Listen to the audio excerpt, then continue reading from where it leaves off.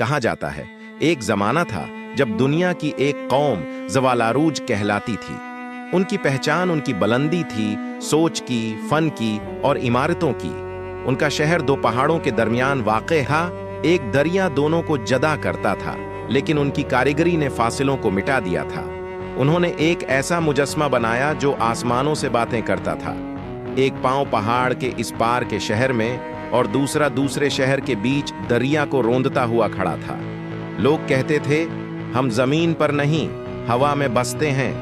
वो मुजस्मा सिर्फ एक अलामत नहीं था, बल्कि एक टेक्नोलॉजिकल शाहकार था। एक पांव में दाखिल होते ही आदमी लम्हों में दूसरे पांव से निकल आता।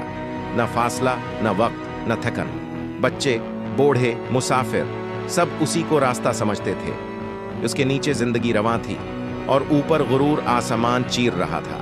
ज़वालारूज के लोग समझते थे कि वो फितरत से बालातर हो चुके हैं। उनके साइंसदान, मेमार, फलसफी और हुक्मरां सब एक ही बात दोहराते, हम वो कौम हैं जिन पर कुदरत का कोई जोर नहीं। रफ्ता रफ्ता ये फकरा बदल गया, हम वही कुदरत हैं। ये दावी जो इब्तदा में ज़बान की लग़ज़िश था, अब उनकी पहचान बन चुका था। खुदा के नाम पर हंसी आती थी, इबादत गाहें म्यूजियम में बदल गई, और जब किसी ज़ईफ़ दिल ने आसमान की तरफ इशारा किया तो मजाक में कहा गया, वहाँ तो अब हमारा मुजस्मा खड़ा है। फिर एक दिन आसमान खामोश नहीं रहा। बामी दुनिया पर एक धीमी सी लर्जिश शुरू हुई। पहाड़ के ऊपर जिस बर्फ ने सदियों से सुकून पाया था, वो टूटने लगी। एक सफेद दीव हानिपता हुआ नीचे आया। न आवाज, न रोशनी, सिर्फ खामोश बर्फ का कहर। पूरे पहाड़ से बर्फ का एक तौदा फसला, और वो मुजस्मा जिसका पांव दो शहरों में था, उसकी टांगें लरजने लगे। जो पल लम्हों में लोगों को दूसरे किनारे पहुंचाता था, वो अब मौत का रास्ता बन गया।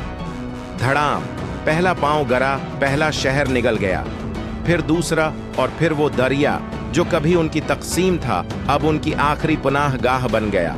ज़वालारूज की बुलंदियां मिलबे में दफन हो गईं। लोग कहते हैं, कभी कभी बर्फ के नीचे से सरगोशियां आती हैं, हम वही कुदरत हैं। और हुआ हंसने लगती है।